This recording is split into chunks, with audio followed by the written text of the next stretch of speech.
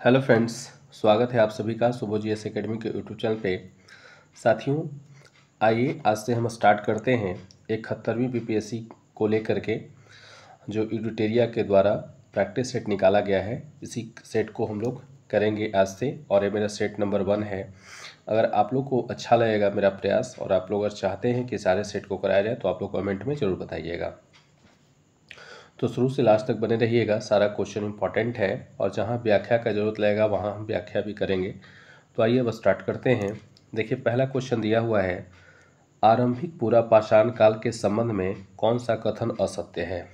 मतलब यहाँ पे जो है कथन असत्य को ढूंढना है। तो ऑप्शन ए है, इस युग में मानव खाद्य संग्राहक बना हुआ था, जो कि बिल्कुल गलत है और हमारा आंसर यही हो जाएगा यानी कि ये हो जाएगा। अब जो सही है उसके बारे में देखें तो याद रखिएगा, आरंभिक पूरा पाषाण काल में विदारणी एक प्रमुख औजार था। ये इम्पॉर्टेंट है, सही है, सवाल आपसे पूछ सकता है एग्जाम में। उसके बाद इस युग के निवास स्थल सोहन घाटी से मिले हैं, ये भी सही है। इस युग में खंडक का प्रयोग शिकार के लिए किया जाता था, ये भी सही है। यानी कि गलत कौन है, तो दिया हुआ है ऑप्शन ए में कि इस युग में मानव खाद्य संग्रहक बना हुआ था, यही गलत है और इसका आपका आंसर ए हो जाएगा। दूसरा क्वेश्चन है, मौर्य वंश के संस्थापक चंद्रगुप्त मौर्य की विजयों का विस्तृत वर्णन किनके ग्रंथ में मिलता है।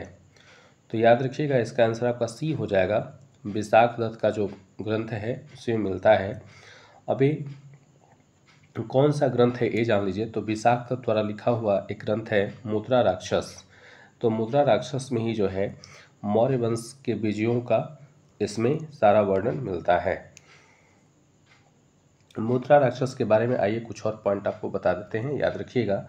मुद्रा राक्षस जो है संस्कृत का ऐतिहासिक नाटक है और इससे महत्वपूर्ण नाटक को हिंदी में सर्वप्रथम अनुवाद करने का श्रेय भारतेंदु हरिश्चंद्र को जाता है। तो सवाल आपसे भी पूछ सकता है कि विशाख दत्त द्वारा रचित मुद्रा राक्षस जो नाटक है उसको हिंदी में अनुवाद किसने किया था या सबसे पहले किसने किया था। तो याद रखिएगा भारतेंदु हरिश्चंद्र।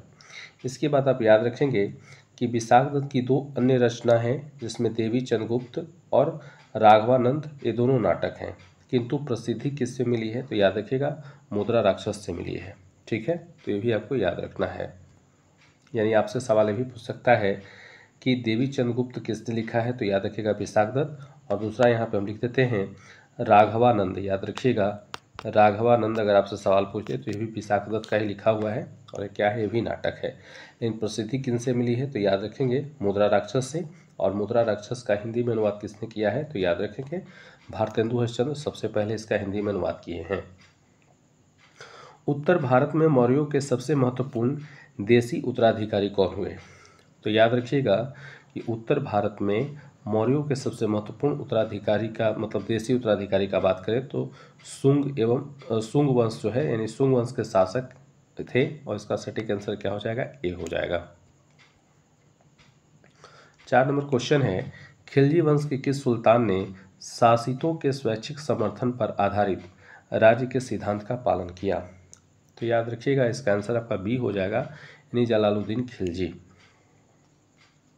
जलालुद्दीन खिलजी के बारे में आइए कुछ अन्य तथ्य आप लोग को बताते हैं जो एग्जाम में पूछा जा सकता है। तो याद रखिएगा जलालुद्दीन खिलजी ने बलबन तथा उसके उत्तराधिकारियों के काल में मंगोलों का सामना करते हुए एक कुशल सेनापति के रूप में ख्याति अर्जित की थी। तो ये भी आपसे सवाल बन सकता है। उसके बाद याद रखिएगा कि सुल्तान कैकोबाद ने जलालुद्दीन खिलजी को आरिज ए मुमालिक का पद तथा शाइस्ता खां की उपाधि प्रदान की थी। तो ये भी आपसे सवाल पूछेगा कि किसे आरिज ए मुमालिक तथा शाइस्ता खां की उपाधि दिया गया। तो जलालुद्दीन खिलजी को। और किसने दिया था तो कैकोबाद ने दिया था। 5 नंबर क्वेश्चन है, सूची 1 को सूची 2 से मिलाना है। एक साइड आपका विदेशी यात्री दिया हुआ है, दूसरे साइड आपका शासक दिया हुआ है। तो याद रखिएगा इसमें जो है पहला दिया हुआ है निकोलो डी कॉन्टी, यानी निकोलो डी कॉन्टी जो है याद रखिएगा ये देवराय प्रथम के शासनकाल में आया है। उसके बाद अब्दुल रजाक, तो अब्दुल रजाक ये देवराय द्वितीय के शासनकाल में आया है। उसके बाद आपका है एडुआर्डो बारबोसा, ये कृष्ण देवराय के शासनकाल में आया है। और फिर आपका है फार्नोनुंजी, ये आपको अच्युत देवराय के शासनकाल में आया है। यानी कि ये जो चारों दिया हुआ है, चारों ही मिलाया हुआ सही है, इसलिए इसका आंसर क्या हो जाएगा, ऑप्शन ए हो जाएगा। एक बार फिर से देख लीजिए, निकोलो डी कॉन्टी देवराय प्रथम के शासनकाल में, अब्दुल रजाक देवराय द्वितीय के शासनकाल में, एडुआर्डो बारबोसा कृष्णदेवराय के शासनकाल में, फार्नोनुंजी अच्युत देवराय के शासनकाल में आया है। छठा क्वेश्चन है जो काफ़ी इंपॉर्टेंट है, क्षमा कीजिएगा। एका आंदोलन के संदर्भ में निम्नलिखित में से कौन सा कथन सही नहीं है। अब देखिए यहाँ पे आपको एका आंदोलन से संबंधित जो है 4 कथन दिए हुए हैं, इसमें हम लोग को देखना है कि कौन सा कथन सही नहीं है। तो पहला दिया हुआ है कि 1919 के अंत में संयुक्त प्रांत के कुछ उत्तरी जिलों में आंदोलन शुरू हुए, जो एक गलत है, यानी हमारा आंसर क्या हो जाएगा, ए हो जाएगा। अब जो सही आंसर है उसको हम लोग पढ़ते हैं। बी दिया हुआ है कि किराया साझा करने की प्रथा उन मुद्दों में से एक थी जिसके कारण आंदोलन की शुरुआत हुई, बिल्कुल सही है। सी है मदारी पासी एका आंदोलन के नेताओं में से एक थे, ये भी इंपॉर्टेंट है, क्वेश्चन पूछा जाता है कि एका आंदोलन किसने किया था, तो याद रखिएगा मदारी पासी के द्वारा किया गया था। मार्च 1922 तक अधिकारियों द्वारा गंभीर दमन से आंदोलन समाप्त हो गया, ये भी सही है। यानी कि बी सी डी तीनों सही है, मुख्य रूप से गलत कौन है, तो ऑप्शन ए गलत है। 7 नंबर प्रश्न है, निम्नलिखित कांग्रेस पूर्व राजनीतिक संगठनों को सही कालानुक्रम में व्यवस्थित कीजिए।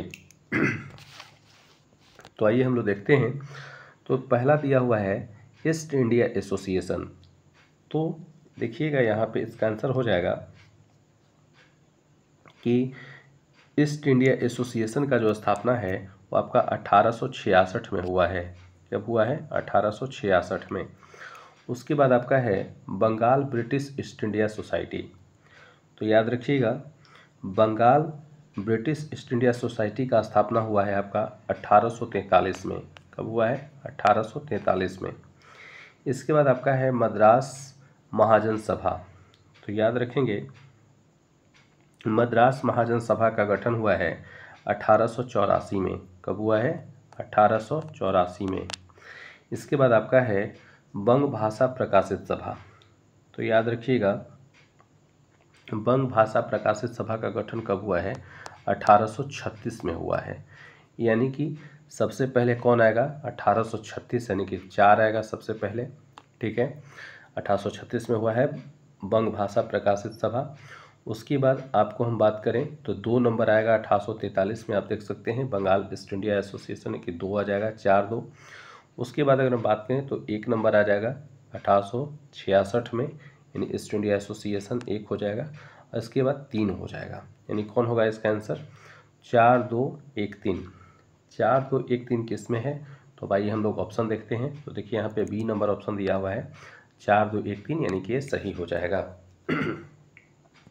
सारा प्रश्न इंपॉर्टेंट है, इसलिए इस सबको आप याद कर लीजिएगा। आइए 8 नंबर क्वेश्चन दिया हुआ है, मेरठ षड्यंत्र मामले के संदर्भ में निम्नलिखित कथनों पर विचार कीजिए।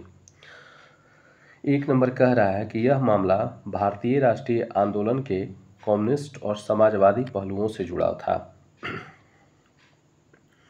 बी कहता है इस मामले को भारत में मजदूर वर्ग के आंदोलन को कमजोर करने के लिए जिम्मेदार ठहराया जाता है। उपयुक्त में से कौन सा कथन सत्य है, तो याद रखिएगा दोनों कथन सत्य है और इसका आंसर क्या हो जाएगा, 1 और 2 दोनों हो जाएगा। 9 नंबर क्वेश्चन है, 1929 ईस्वी में खुदाई खिदमतकार को किसने संगठित किया था।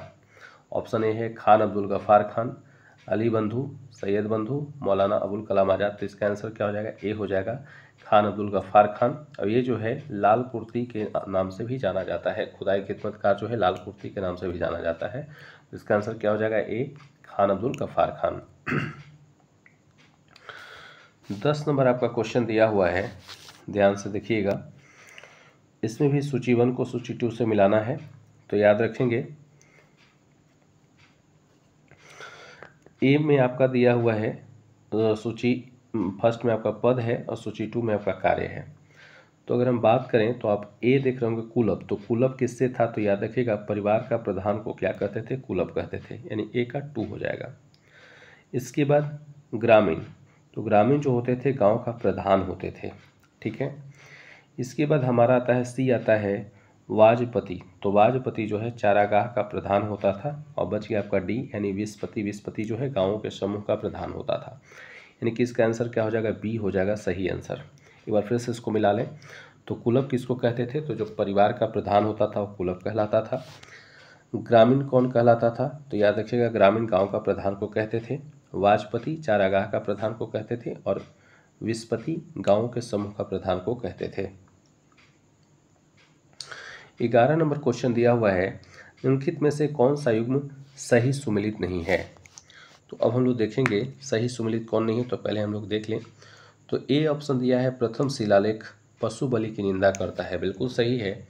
जो अशोक का जो प्रथम शिलालेख है उसमें पशु बलि की निंदा करता है, बिल्कुल सही है। अशोक का चौथा शिलालेख जो है भेरी घोष की जगह थम घोष की घोषणा करता है, ये भी सही है। सी है छठा शिलालेख तीर्थ यात्राओं का उल्लेख है, ये गलत है। याद रखिएगा छठा शिलालेख में तीर्थ यात्रा का उल्लेख नहीं है, बल्कि इसमें जो है आत्मनियंत्रण की शिक्षा दी गई है। छठा में क्या दिया गया है, आत्मनियंत्रण की शिक्षा दी गई है। और नवा शिलालेख में क्या है, तो शिष्टाचार का उल्लेख है, ये भी सही है। यानी कि यहाँ पे हम लोग से क्वेश्चन पूछ रहा था कौन सुमेलित नहीं है, तो क्वेश्चन के हिसाब से आंसर क्या हो जाएगा, सी हो जाएगा। यानी छठा शिलालेख में क्या है, तीर्थ यात्राओं का उल्लेख है, जो ये गलत है। छठा में तीर्थ यात्रा नहीं है, बल्कि क्या है, याद रखिएगा आत्मनियंत्रण की शिक्षा दी जाती है, यह दी गई है। 12 नंबर क्वेश्चन दिया हुआ है, निम्नलिखित में से कौन एक हर्षवर्धन की रचना नहीं मानी जाती है। तो याद रखिएगा हर्षवर्धन की जो रचना है नागानंद भी है, वेदर्शिका भी है, रत्नावली भी है। कथा सरित सागर ये जो है हर्षवर्धन की रचना नहीं है, याद रखेंगे। ये आपसे क्वेश्चन पूछ सकता है। और कभी कभी आपसे अगर क्वेश्चन पूछते कि कथा सरित सागर क्या है, तो याद रखिएगा ये जो है संस्कृत कथा का साहित्य शिरोमणि ग्रंथ इसे माना जाता है। और देखिए हर्षवर्धन का ये जो जितने पुस्तक है नागानंद, प्रियदर्शिका, रत्नावली, ये बिहार दरोगा में क्वेश्चन पूछा भी गया है, तो इसे आप याद रखिएगा।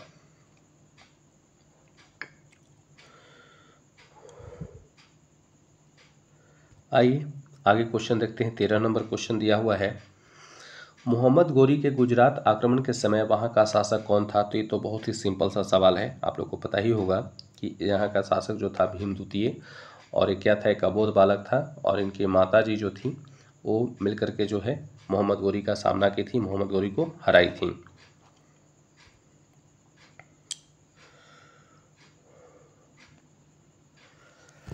आइए आगे क्वेश्चन को देखें। 14 नंबर क्वेश्चन को देखते हैं।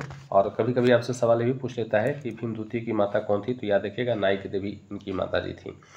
आइए 14 नंबर क्वेश्चन देखते हैं। 14 नंबर क्वेश्चन दिया हुआ है, अलाउद्दीन खिलजी के बाजार नियंत्रण प्रणाली के संबंध में कौन सा युग्म सही सुमेलित नहीं है। देखिए ध्यान दीजिएगा क्वेश्चन को, ठीक है। यहाँ लास्ट में लिख दे रहा है नहीं है। तो पहला बात करें तो दीवान ए रियासत बाजार नियंत्रक को कहा जाता था, ये बिल्कुल सही है। अलाउद्दीन के बाजार नियंत्रण प्रणाली में जो है बाजार नियंत्रक जो अधिकारी होता था उसे दीवान ए रियासत कहा जाता था। उसके बाद बाजार का जो अधीक्षक था उसे सहना ए मंडी कहा जाता था, ये भी सही है। तीसरा है बाजार निरीक्षक को बरीद ए मंडी कहा जाता था, ये भी सही है। यानी कि डी जो है उपयुक्त में से कोई नहीं, यानी कि तीनों के तीनों ऑप्शन सही है।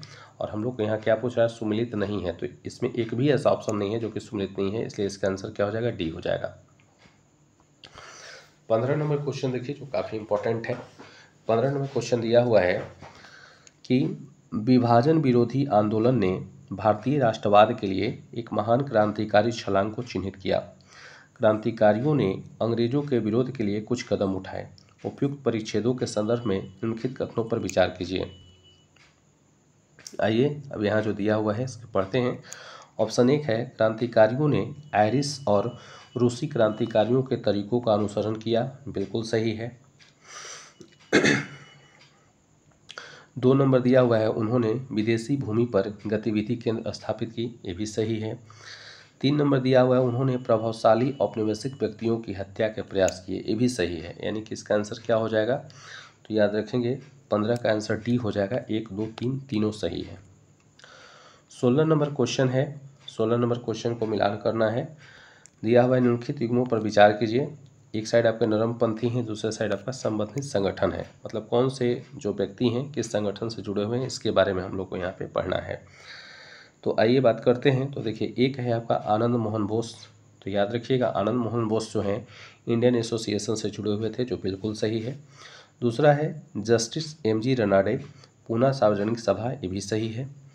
तीसरा है जी सुब्रमण्यम अय्यर, मद्रास महाजन सभा, ये भी सही है, याद रखिएगा। और चौथा है फिरोज शाह मेहता, बॉम्बे प्रेसिडेंसी एसोसिएशन, ये आपका जो है बॉम्बे फिरोज शाह मेहता जो है, हाँ बिल्कुल ये भी सही है, याद रखिएगा। तो बॉम्बे फिरोज शाह मेहता किससे जुड़े हैं? बॉम्बे प्रेसिडेंसी एसोसिएशन, यानी कि इसका आंसर क्या हो जाएगा? तो याद रखिएगा, इसका आंसर डी हो जाएगा, यानी कि 1, 2, 3, 4 चारों आपका सही है। एक बार फिर से हम लोग देख लें। तो आनंद मोहन बोस जो हैं इंडियन एसोसिएशन से जुड़े हुए हैं, जस्टिस एम.जी. रनाडे पूना सार्वजनिक सभा से, जी सुब्रमण्यम अय्यर मद्रास महाजन सभा, और फिरोज शाह मेहता बॉम्बे प्रेसिडेंसी एसोसिएशन से, यानी कि इसका आंसर क्या हो जाएगा? डी हो जाएगा। 17 नंबर क्वेश्चन है, आरंभिक भारतीय राष्ट्रवादियों द्वारा साम्राज्यवाद की आर्थिक आलोचना के संदर्भ में निम्नलिखित कथनों पर विचार कीजिए। अब आइए जो स्टेटमेंट दिया है इसको हम लोग पढ़ते हैं। कहता है कि वे सभी विदेशी पूंजी के बड़े पैमाने पर निवेश का विरोध करते थे, ये गलत है, ठीक है। दूसरा ऑप्शन है, उन्होंने भारतीय उद्योग को बढ़ावा देने के साधन के रूप में स्वदेशी के विचार को लोकप्रिय बनाया, ये सही है। 2 नंबर सही है कि उन्होंने भारतीय उद्योग को बढ़ावा देने के लिए स्वदेशी विचार को लोकप्रिय बनाया। तीसरा ऑप्शन है, उन्होंने किसानों पर कराधान का बोझ हल्का करने के लिए भू राजस्व में कमी लाने हेतु आंदोलन किया, ये भी सही है, यानी कि इसका आंसर क्या हो जाएगा? तो 2 और 3, और 2 और 3 किस में है? तो ऑप्शन बी में है। आइए 18 नंबर क्वेश्चन देखिए, दिया हुआ है, अखिल भारतीय किसान सभा जिसकी बैठक विजयवाड़ा 1944 में हुई, इसका निर्वाचित अध्यक्ष कौन था? VVI क्वेश्चन है, ये आपके 71वीं PPSC में छप गया सवाल, इसको आप याद रखिएगा। तो इसका आंसर जो है, याद रखिएगा, इसका आंसर ए हो जाएगा, यानी सहजानंद सरस्वती। एक बार फिर से क्वेश्चन को पढ़ते हैं, क्वेश्चन काफ़ी इंपॉर्टेंट है। क्वेश्चन दिया हुआ है कि अखिल भारतीय किसान सभा जिसकी बैठक विजयवाड़ा में हुई थी और कब हुई थी? तो 1944 में। इसका निर्वाचित अध्यक्ष कौन था? तो याद रखिएगा, सहजानंद सरस्वती थे। आइए कुछ किसान सभा से और इम्पोर्टेंट बात आपको बता देते हैं, याद रखिएगा। तो 1936 में बिहार किसान सभा, आंध्र प्रांतीय किसान सभा तथा किसान संघ को मिलाकर एक अखिल भारतीय किसान संगठन बना, जिसे अखिल भारतीय किसान सभा नाम दिया गया। तो क्वेश्चन आपसे पूछ सकता है कि अखिल भारतीय किसान सभा का गठन कब हुआ? तो 1936 में, और किसको किसको मिला के बना था? तो बिहार किसान सभा, आंध्र प्रांतीय किसान सभा तथा किसान संघ को मिलाकर बना था, ठीक है। चलिए आप लोग एक सवाल छोटा सा बताइएगा कि बिहार में किसान सभा का द्वितीय अधिवेशन जो गया में हुआ था, इसकी अध्यक्षता किसने की थी? इसका जवाब आप लोग मुझे कमेंट में दीजिएगा। 19 नंबर क्वेश्चन दिया हुआ है, निम्नलिखित कथनों पर विचार कीजिए। तो 19 नंबर जो क्वेश्चन है, पहला दिया हुआ है कि हो विद्रोह का आयोजन सिंहभूम के अधिग्रहण के खिलाफ किया गया, बिल्कुल सही है। दूसरा है, हो विद्रोह के दौरान कृषि राजस्व नीति एक प्रमुख मुद्दा था, ये भी सही है। तीसरा है, मुंडा विद्रोह को साहूकारों और वन ठेकेदारों द्वारा शोषण के विरुद्ध संचालित किया गया था, ये भी सही है, यानी कि तीनों सही हो जाएगा, और तीनों हमारा किस में है? तो डी ऑप्शन है। 20 नंबर क्वेश्चन दिया हुआ है, निम्नलिखित में से कौन से सदस्यों ने संविधान सभा में अल्पसंख्यक वर्गों का प्रतिनिधित्व किया था? ऑप्शन ए है सर अलादी कृष्णा स्वामी अय्यर, ये तो किए ही नहीं थे। 2 नंबर है फ्रैंक एथनी, ठीक है, तो याद रखिएगा, फ्रैंक एथनी जो हैं ये किए थे। 3 नंबर है जयपाल सिंह, ये भी किए थे। 4 नंबर है डॉक्टर HP मोदी, ये भी नहीं किए थे, यानी इसका आंसर भी इसका क्या हो जाएगा? तो याद रखिएगा, 20 का आंसर हो जाएगा 2 और 4, और 2 और 4 किस में है? तो ऑप्शन बी में है। भारतीय शासन अधिनियम 1935 के संबंध में निम्नलिखित कथनों पर विचार करें। अब आइए हम लोग देखते हैं क्या क्या है इसमें। पहला पॉइंट दिया हुआ है कि 1935 का भारतीय शासन अधिनियम भारत के लिए तैयार संवैधानिक प्रस्ताव में अंतिम तथा सबसे विस्तृत दस्तावेज था, बिल्कुल सही है। 2 नंबर है, इस अधिवेशन में 321 अनुच्छेद तथा 10 अनुसूचियाँ थी, ये भी सही है। 3 नंबर है, इस अधिनियम की एक प्रमुख विशेषता यह थी कि इसके द्वारा भारत में सर्वप्रथम संघीय प्रशासन प्रणाली की शुरुआत की गई, ये भी सही है। 4 नंबर दिया हुआ है, इस अधिनियम द्वारा शासकीय कार्यों को 3 सूचियों में विभक्त किया गया था, जिसमें संघ सूची में शामिल विषयों की संख्या 58 थी। ये गलत है, याद रखिएगा। यानी कि इसका आंसर क्या हो जाएगा, 1 2 3, यानी कि इसका आंसर क्या हो जाएगा, डी हो जाएगा, 1 2 3। आइए 22 नंबर क्वेश्चन देखिए, दिया हुआ है, बौद्ध ग्रंथों के संबंध में निम्नलिखित कथनों पर विचार कीजिए। पहला है, प्राचीनतम बौद्ध ग्रंथ पाली भाषा में लिखे गए थे। तो ये तो बिल्कुल 100% सही है, क्योंकि जो बौद्ध ग्रंथ थे वो पाली भाषा में ही लिखे गए हैं। 2 नंबर है, पाली भाषा कन्नौज या उत्तरी बिहारी में बोली जाती है। तो ये गलत है, पाली भाषा जो है उत्तरी बिहारी और कन्नौज में नहीं बोली जाती है। 3 नंबर है, महात्मा बुद्ध के पूर्व जन्म की कथाएं जातक कहलाती है। ये भी सही है, यानी कि 1 और 3 इसका आंसर हो जाएगा। और 1 और 3 किस में है, 1 और 3, तो सी नंबर ऑप्शन है आपका 22 का, सी हो जाएगा। आइए 23 नंबर क्वेश्चन देखिए, दिया हुआ है, जैनुल अब्बादीन की उपलब्धियों में से कौन सा कथन सत्य नहीं है। तो पढ़ते हैं एक करके। तो उसे बादशाह कहा जाता है, ये सही है। उसने लद्दाख पर मंगोल हमले को नाकाम किया था, ये भी सही है। वह तिब्बत एक खुर्द को नहीं जीत पाया, ये गलत है, यानी तिब्बत एक खुर्द को भी वो जीत पाया था। ठीक है। डी है, उसे कश्मीर का अकबर कहा जाता है, ये भी सही है। यानी कि ऑप्शन के हिसाब से हमारा आंसर क्या हो जाएगा, तो सी हो जाएगा, यानी वह तिब्बत एक खुर्द को नहीं जीत पाया था, ये गलत दिया हुआ है। ठीक है। 24 नंबर क्वेश्चन दिया हुआ है, अस्थायी बंदोबस्त के कारण कौन सी समस्या उत्पन्न हुई थी। पहला ए है पॉइंट, कंपनी ने जो राजस्व तय किया वह इतना अधिक था कि उसको चुकाने में जमींदारों को बहुत परेशानी हो रही थी। तो ये तो सही है, यानी कि कंपनी जो है राजस्व इतना बढ़ा दिया था कि चुकाने में जमींदार और किसान दोनों परेशान थे, यानी ये भी सही है। बी नंबर ऑप्शन है, जो जमींदार राजस्व चुकाने में असमर्थ हो जाता था उसकी जमींदारी छीन ली जाती थी, ये भी सही है। सी नंबर है कि इस व्यवस्था में जमींदारों की स्थिति में तो सुधार आया, किंतु कंपनी को कोई लाभ नहीं हुआ, ये भी सही है, यानी कि तीनों सही है। इसका आंसर क्या हो जाएगा, डी। 25 नंबर क्वेश्चन दिया हुआ है, खुर्दा विद्रोह के संबंध में निम्नलिखित में से कौन से कथन सत्य हैं। तो आइए खुर्दा विद्रोह के बारे में लोग देखें।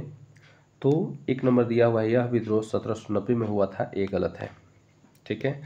खुर्दा विद्रोह जो है इसी को पाइका विद्रोह के नाम से भी जाना जाता है। और याद रखिएगा, यह जो है 1817 ईस्वी में हुआ था, याद रखेंगे खुर्दा विद्रोह। ठीक है, उड़ीसा में हुआ था 1817 ईस्वी में। तो ये तो पहले ही आपका गलत हो गया कि यह विद्रोह 1790 में हुआ था, तो ये गलत है। दूसरा है, इसका नेतृत्व बक्सी जगबंधु ने किया था, ये सही है। तीसरा है, पाइका ने थाने और अन्य सरकारी प्रतिष्ठानों पर हमला किया था, ये भी आपका सही है। ठीक है, 2 3 सही है। और 4 नंबर है, इस विद्रोह में रैयत एवं जमींदार दोनों शामिल हुए थे, यानी 4 नंबर भी आपका ऑप्शन सही है।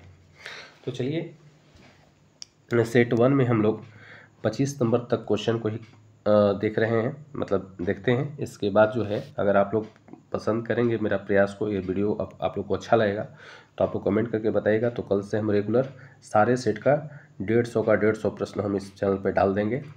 इसमें कुल 10 सेट है, 10 में 150 क्वेश्चन है। तो आप लोग अगर पूरा प्रश्न देखना चाहते हैं तो आप लोग कमेंट करके बताइएगा, और सारे प्रश्नों को हम अपने चैनल पे डाल देंगे। तो आइए यहीं पे हम वीडियो को समाप्त करते हैं। कल फिर अगले वीडियो हम लेकर के आएंगे, और अगर आप लोग कमेंट कीजिएगा तभी मैं अगला सेट लेकर के आऊँगा। तो चलिए यहीं पे वीडियो को समाप्त करते हैं। धन्यवाद।